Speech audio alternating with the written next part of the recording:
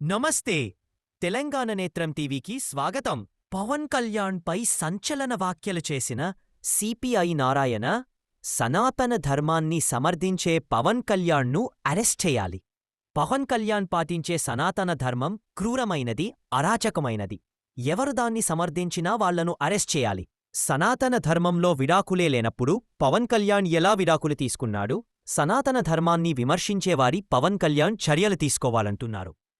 కానీ ఆ ధర్మాన్ని సమర్థించే వారిని శిక్షించాలి. సిపిఐ జాతీయ కార్యదర్శి నారాయణ. సనాతన ధర్మాన్ని గురించి పవన్ కళ్యాణ్ మాట్లాడిన తర్వాత నేను దాని మీద కామెంట్ చేసామాట వాస్తవం.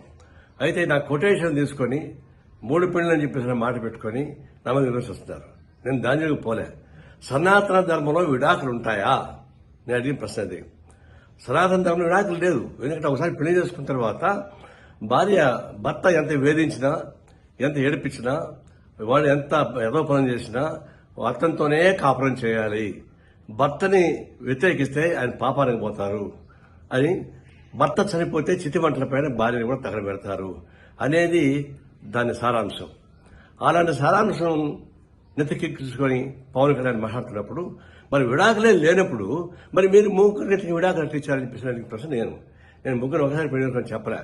విడాకులు తీసుకొని పెళ్లి చేసిన మాట వాస్తవం. అది నాకు ఇప్పుడు తెలుసు. నేను దాని జోలికి ఇప్పుడు పోలే. నేను ఫస్ట్ టైం అంటున్నా.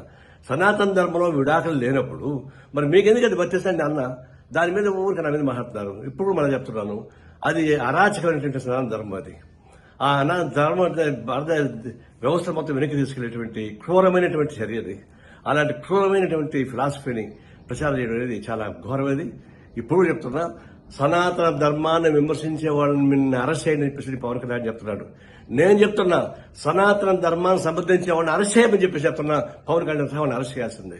అది మన సెక్యులరిజానికి, ప్రజాస్వామ్యానికి, మన రాజ్యాంగానికి అర్థం పట్టే పద్ధతిలో ఉంటుంది. కాబట్టి సనాతన ధర్మాన్ని విమర్శించే వాళ్ళని కాదు, సమాధానం సమర్థించే వాళ్ళని చర్య తీసుకోవాలని కోరుతా ఉన్నా.